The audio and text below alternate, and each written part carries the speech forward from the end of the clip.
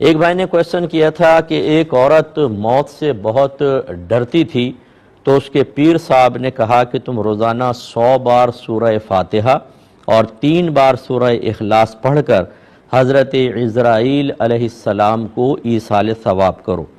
چنانچہ جب وہ روح قبض کرنے آئیں گے تو دیکھیں گے کہ یہ تو ایصال ثواب کرنے والی عورت ہے، اللہ کی بارگاہ میں سفارش کریں گے کہ اللہ تعالیٰ مجھے اجازت دے کہ میں اس عورت کو موت میں آسانی دے دوں۔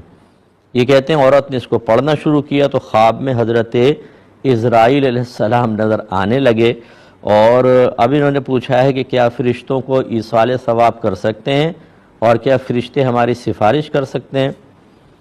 دیکھیں، یہ پیر صاحب نے بیجا معاملہ کیا۔ ہو سکتا ہے کہ پیر صاحب کوئی صاحب حکمت ہوں، یہ بھی ہو سکتا ہے کہ انہوں نے دیکھا کہ عورت نفسیاتی طور پہ بہت زیادہ پریشر میں ہے تو ان کے پریشر کو ختم کرنے کے لیے اس طرح کی تعلیم کی۔ لیکن اگر انہوں نے واقعی یہ سمجھا ہے کہ قرآن و حدیث میں کسی طرح ایسی باتیں آئی ہیں تو ایسی باتیں موجود نہیں ہیں۔ فرشتوں کو ایصال ثواب کی کوئی حاجت نہیں ہے کیونکہ وہ شرعی احکام کے مکلف ہی نہیں ہوتے، لیکن اگر آپ ایصال ثواب کریں گے تو امید ہے کہ ان کے درجات بلند ہوں گے، اللہ تبارک و تعالیٰ ان کو مزید درجات عطا فرمائے گا۔ لیکن یہ کہنا کہ جی اسرائیل علیہ السلام کو ایصال ثواب کریں گے تو وہ آ کر اللہ کی بارگاہ میں سفارش کریں گے، یہ کہاں لکھا ہوا ہے؟ یہ ایک تصوراتی چیزیں کیوں پیدا کرتے ہیں ہم کہ اس طرح کی چیزیں پیدا کرنے کے بعد اور پھر لوگوں کی توجہ اصل مذہب سے ہٹ کر ان تصوراتی چیزوں کی طرف چلے جائے۔ یہ ایک چیز اگر پیدا کریں گے، دوسرا دوسری پھلجڑی پیدا کرتا ہے، تیسرا تیسری کرتا ہے، اور اس طرح تصوراتی عقائد اور اعتقادات جنم لیتے ہیں اور اس سے خرابی پیدا ہوتی ہے۔ لہٰذا وہ عورت بالکل نہ ڈرے۔ ڈرنے کا مطلب کیا ہے؟ موت سے کیا؟ موت تو آنی ہے۔ اگر برے اعمال ہیں تو توبہ کریں، نیک عمل کریں۔ باقی موت سے ڈرنا کہ شاید مجھے موت میں سختی ہوگی، کتنے بھی آپ وظیفے پڑھ لیں، اللہ تبارک و تعالیٰ نے اگر آپ کی موت میں ارادہ ازلی اس کا شامل ہے کہ سختی ہوگی تو سختی ہوگی، اور وہ چاہے گا تو نرمی ہوگی۔ میرے آقا صلی اللہ علیہ وسلم جب دنیا سے رخصت ہو رہے تھے، آپ کے لیے بہت ہی شدید آزمائش تھی، شدید ترین آزمائش۔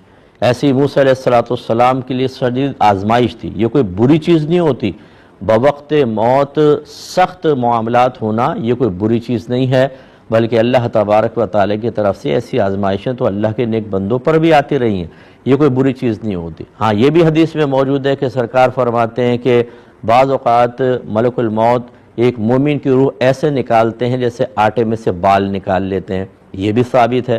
اس کا مطلب دونوں چیزیں ہیں۔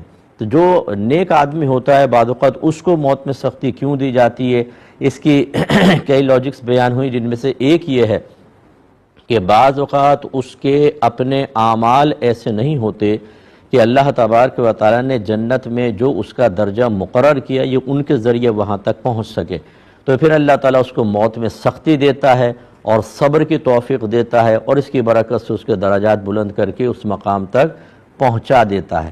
اگرچہ اللہ تعالیٰ موت میں سختی دینے کا محتاج نہیں تھا، ویسے بھی پہنچا دیتا، لیکن یہ بھی اس کا ایک طریقہ کار ہے، اور اللہ تبارک و تعالیٰ کی عادت پر، اس کے طریقے پر، اس کے ارادوں پر، اس کے فیصلوں پر کوئی اعتراض نہیں کر سکتا۔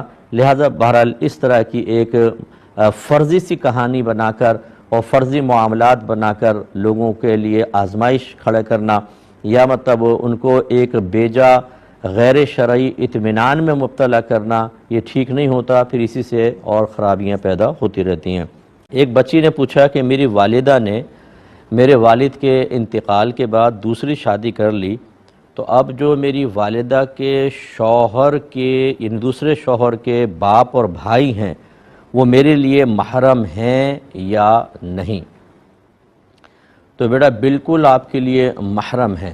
یہ ہو سکتا ہے کہ بیٹا ایک عورت سے نکاح کرے اور باپ جو ہے اس لڑکے کا باپ اس عورت کی بیٹی سے نکاح کر لے، جسٹ اپوزٹ بھی ہو سکتا ہے، کیونکہ جب لڑکا لڑکی کے ماں باپ بالکل الگ الگ ہوں تو ان کا نکاح ہو سکتا ہے۔